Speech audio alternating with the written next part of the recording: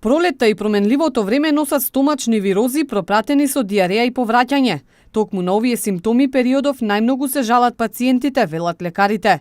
Сепак на удар се и хронично болните од кардиоваскуларни или респираторни болести. Би рекла дека имаме многу често гастроентероколитиот, вирусна природа. Тоа би се чести столици, чести повраќања со дехидратација на организмот. Исто така имаме и се јавуваат еден тип на цвеќиња, се уште постојат во основните училишта, посебно овој период, и би рекла дека се уште ги имаме респираторните заболувања. Од типот на горно, долно респираторни, најчесто имаме исто екзацербации на веќе хронични заболувања.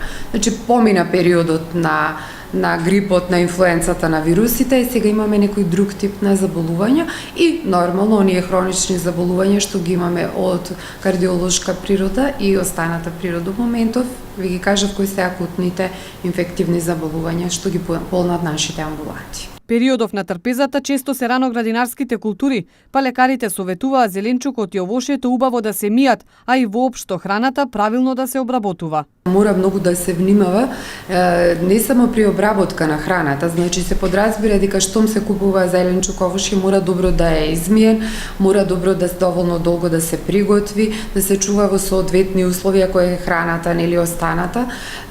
Иако не е толку топло времето, но сепак мора да се чува под одредени услови секоја храна. Исто така да не се конзумира храна во непроверени места, да се внимава, и исто така мора да се мијат раците, значи во кога и да сте во контакт мора да си пазите на хигиенските услови за да не дојде до последици. Многу брзо се шири овој вирус. Постарите лица, децата, трудниците и лицата со ослабен имунитет се особено чувствителни на овие пролетни вируси.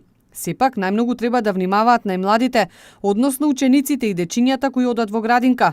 Се препорачува поголема хигиена со редовно миење на рацете и внесување здрава храна и витамини.